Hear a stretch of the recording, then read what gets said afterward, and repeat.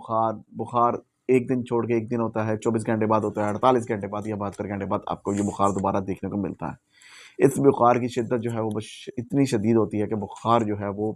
بہت تیزی کے ساتھ آتا ہے، اور اس میں ایک لرزہ، کسل مندی کہہ لیں کہ اس کا دانت کا بجنا، سردی، اچانک سردی لگ جانا، یہ اس میں کیفیت ہوتی ہے۔ رنگ اچانک پیلا ہونا شروع ہو جاتا ہے، نیلا، اچانک رنگ جو ہے وہ اس کا نیلا ہونا شروع ہو جاتا ہے، ناخن نیلے ہو جاتے ہیں۔ بخار اتنی شدت سے شروع ہوتا ہے کہ پھر وہ نبض اس قدر تیز ہو جاتی ہے کہ مریض کو پیشاب کی مقدار بھی کم ہو جاتی ہے،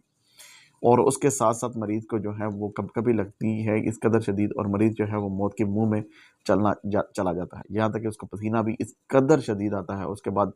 مریض جو ہے نا وہ۔ اور اگر ایسا نہیں ہوتا تو کوئی نہ کوئی بیماری کسی اور طریقے سے، یہ بیکٹیریا ایک ایسا ہے جو زیادہ تر جگر پہ اٹیک کرتا ہے، جگر میں اپنی خاص ایک جگہ بناتا ہے۔